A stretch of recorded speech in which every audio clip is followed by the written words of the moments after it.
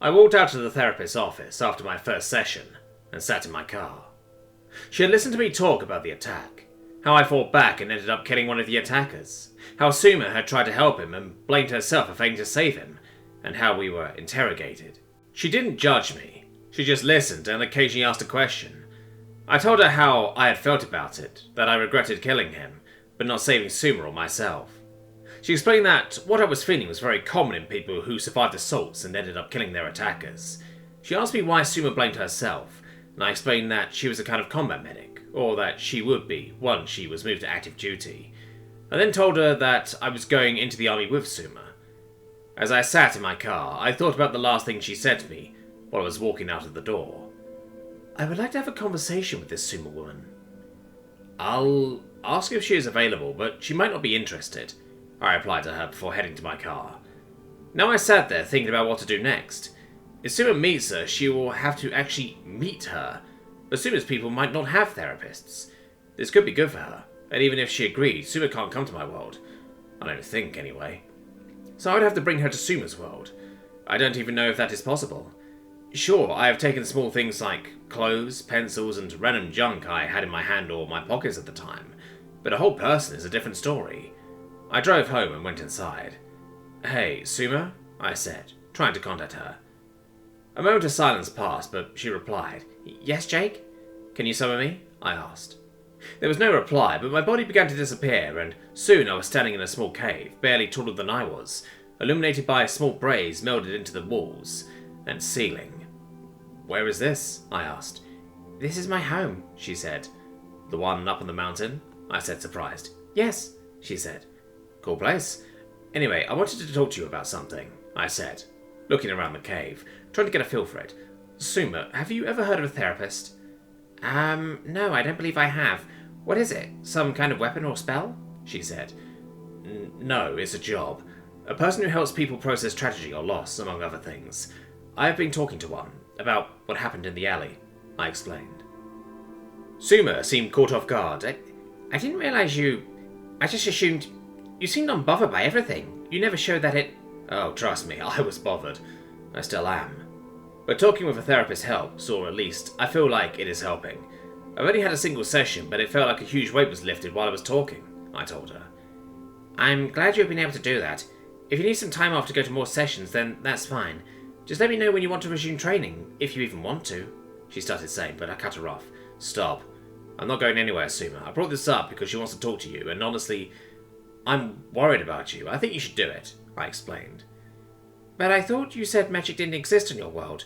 Would it come as a shock to her to suddenly be brought here? She pointed out. Well, yes, I admitted. But I'm more worried about your mental health than I am the consequences of my actions at the moment. I chuckled slightly. I don't know, Suma said hesitantly. Just think about it, okay? I suggested. Okay, I'll think about it, she relented. Good. Now for the other reason I wanted to come. My sword and shield? I said happily. Oh, right. In all the confusion I almost forgot. Our order is probably ready, Suma said, realizing that it had probably been done for a day or two. Suma walked over to the far side of the cave and used magic to open the wall.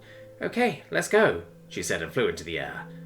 I walked over to the edge of the cave and looked out at the new hole, and down the several 100-foot drop off a sheer cliff. Nope, I said, and brought my head back in, then lay flat on my back on the ground of the cave due to the sudden feeling of dizziness. What's wrong? Suma asked. I very quickly realized and said, Oh, right, the mountain. Okay, just hang on for a moment. Suma then closed the cave and told me over our psychic connection she would just fly to the metalworker's shop and summon me straight there. Good idea, I acknowledged. Wait, does that mean you could have been just summoning me from place to place the whole time? I've walked like 50 miles in the past month. Sorry, it didn't occur to me until a few days ago, Suma apologized. It's fine. I need the exercise anyway, I said. A few minutes passed, which I spent looking around Suma's home, before she told me she had arrived and summoned me beside her. That was fast, I said, surprised. Flying is much faster than walking, she said, and perched on my shoulder. We walked inside, and the elderly Nume greeted us. Ah, there you are. I was beginning to think you had forgotten. I have your order all finished up and ready to go, he said, and flew behind his counter. Would you mind giving a poor old man a bit of help, sir? He asked, gesturing to the large metal objects. No problem, I said, and picked up the finished sword and shield.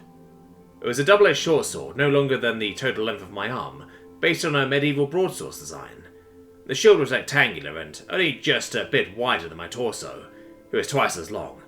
I wanted something small and nimble that I could maneuver easily, and wield with only one hand each. How does it feel? Suma wondered. It feels pretty good, I said, giving the sword a few good swings. And what about the metal wall? The older nymph asked. The shield? I would have to test it, but it seems sturdy, I said, looking it over. I never constructed such odd tools, but if you ever need my services again, please do not hesitate to ask. The elder sounded joyful. I guess he had fun making my stuff. I told him we would probably be placing a few more orders, but that it might be a while. Sue was surprised to hear that, but waited until we had left the metalworker's shop to ask me about it. Jake, she started, what did you mean by more orders? Do you need more weapons? No, actually, what happened in the alley made me think about something else. When that noble threw that ball of magic at me, I couldn't have moved a shield into place fast enough to block it. What I need to do is have something that is always blocking attacks. I need some armor.